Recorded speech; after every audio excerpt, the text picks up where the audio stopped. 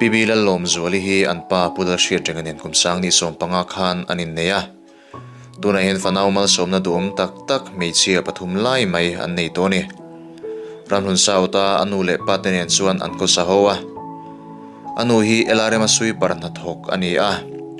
apa ve thung chu pheikok chia te siamin awa kwal thina amai ro chu an pani hianin covid-19 awangin an hnan chunzom thei to lo ve ni Meni som pakua kumsang ni som ni pakhat khan Pi Lawmzuali hi covid a positive tian mu chuak hloh maya Tichuan anau pai lai nen chun zetem sia dalu anitani anau pai chu anei hun tura doctor ten an soi a thlen main damdoina chuan avei ta hloh maya Tichuan doctor ten nunna tana poi thei nia an thiat awangin April ni som ni pani khan an zai chu sakta ni Naute nu hian an zaina lamah thisen hloh nuala chu bakah thawhah le covid-19 nunna atak salan chu telawangin a chau tak zetani Naute nu hian a fanu an zai chu atang khan ni chhuah a hreto meu lova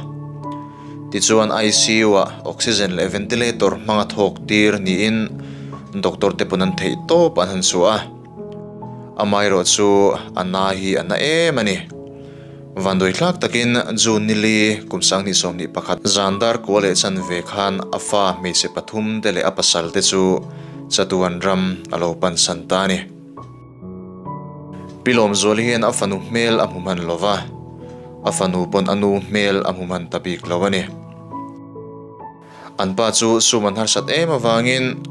Delhi a sum tuak turin anu puidam thatlai chu nakala annu alo heti taka chuan hloh tumin a inbuat saya mase hloh na tur poisa anei mai silowa tichuan mi sum pe khom mang chuan alo ta a aizola in quarantine zo chu a fanu pazok alo covid le zel awangin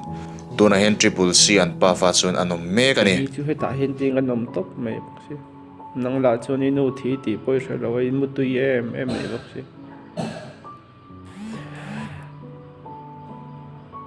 tenu ai hi nakin ai har hun ai en mai don ni I har lai jong ka hril ngam thlo lo che hril tur chapon chak na ka nei si lo wa I hoi hai mel tur le se thiam lo mel tur ka hmungam bok si lo wa I thei hun ai en mai don ni Naute nu Pi Lawmzuali hi voin jun ninga kumsang ni som ni pakhat khan ramhlun sau thlan muala vuiliam ani a thlan muala hian apasal le an hmeichhe upa berte chuan an nu ruang chu trap chungin an va thla liam ve thei sham ani he thil thleng hi arun thlak tak zeta he tiang thil hi tu chung ko chunga ma hian thleng to lo se ti hi kan tong chaina ni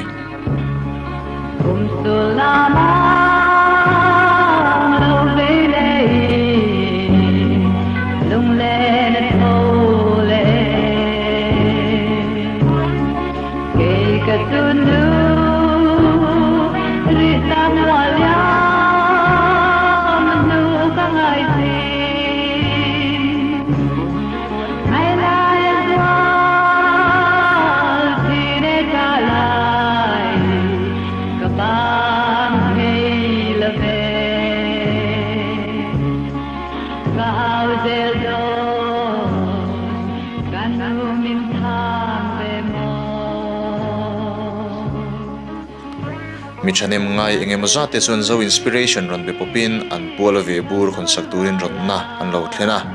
tichuan an dam do in bil turte naute hnute man turte le ainen kolna turte a u naw hmeichhe dangte in tun nunna turtal kan khontlin thei takin ti in beseina ne an pualin ve bur kan lo khon le top mai ani sumle paya I lo chan puirem chang ri lo ani pon an puala heng YouTube Instagram le WhatsApp lama kan post te min lo thedar pui ve turin lo thlir tu zong te an som chewani ti ngai na dang kom to chong lo ma kan lo te to mai don ne